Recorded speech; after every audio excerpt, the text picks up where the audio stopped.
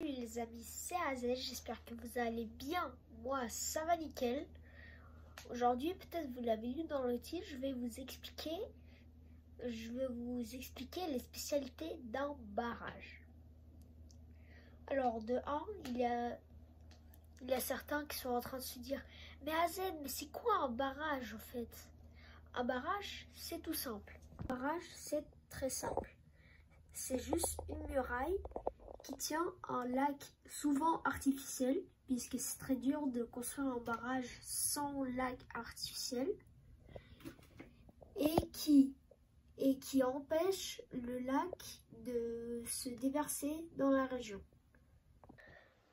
Là, j'en suis sûre, il y a certains qui sont en train de se dire « Mais Azel, mais à quoi ça sert en fait d'avoir une grande muraille qui tout simplement tient un lac pour rien ?» Vous demandez « Mais à quoi ça sert ?» Eh ben, c'est très simple. C'est même très ingénieux. Pour ça, faut parler de l'énergie hydroélectrique. C'est tout simple. C'est juste l'électricité qui vient d'un barrage. En fait, ce qui se passe, l'eau est tranquille dans son lac jusqu'à ce qu'elle arrive dans un des tout petits trous et elle marche dans la turbine qui produit de l'électricité et qui produit donc d'où vient le nom hydroélectrique. Et d'ailleurs, comment on construit un barrage en fait? C'est simple, c'est juste quand un jour on a vu peut-être dans la montagne, on a vu un cours d'eau qui allait dans une direction. Donc on s'est dit, ah tiens, il y a peut-être des montagnes tout autour et tout. Et donc ils ont simplement construit un mur, ce qui veut dire que d'un côté, la zone devient remplie d'eau, ce qui devient une zone inondable, et ce qui, plus tard, est égal à un lac artificiel. Ce qui fait que le barrage peut fonctionner et que les turbines peuvent tourner. Maintenant, je vais vous raconter un des avantages et deux avantages du barrage. Commençons par le désavantage. Le désavantage est que, peut-être vous l'avez vu, c'est des vallées qui finissent par être détruites.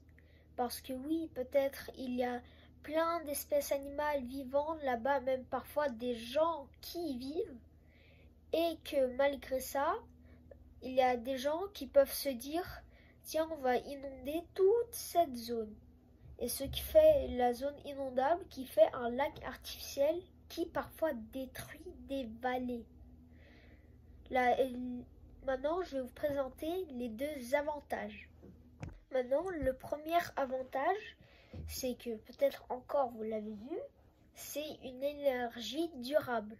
Parce que même s'il y a des vallées détruites et des lacs artificiels, qui n'est pas très bien pour la nature, eh ben, on finit par avoir une énergie durable qui ne pollue pas vraiment la nature, contrairement à d'autres énergies comme le nucléaire, et qui produit aussi beaucoup d'énergie, ce qui est ultra bien. Ensuite, le deuxième désavantage, c'est que le barrage est non nucléaire. Parce que peut-être vous l'avez vu dans certains pays, mais dans certains pays comme la France ou les États-Unis, la principale taux de revenu de l'électricité, c'est du nucléaire qui pollue beaucoup. Et que ce qui est l'avantage du barrage, c'est que dans certains pays, c'est que ça alimente tout le pays et qui, même un pays lui-même, peut devenir durable en électricité. Petit résumé de tout ça.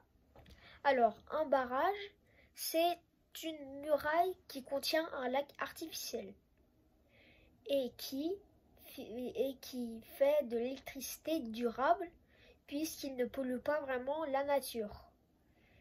Et c'est une énergie non nucléaire et qui parfois à la construction fait même des sécheresses dans la vallée, parfois, même qu'il y a une zone qui se fait inonder. Et petite anecdote à la fin, connaissiez-vous le barrage le plus haut grand du monde? Eh ben, c'est le barrage des Trois Gorges en Chine. Il a même ralenti à quel point la Terre tourne vite. Sur ce, c'était AZ. N'oubliez pas de vous abonner, liker la vidéo et activer la petite cloche. C'était AZ, la Team Z. Bis, ciao!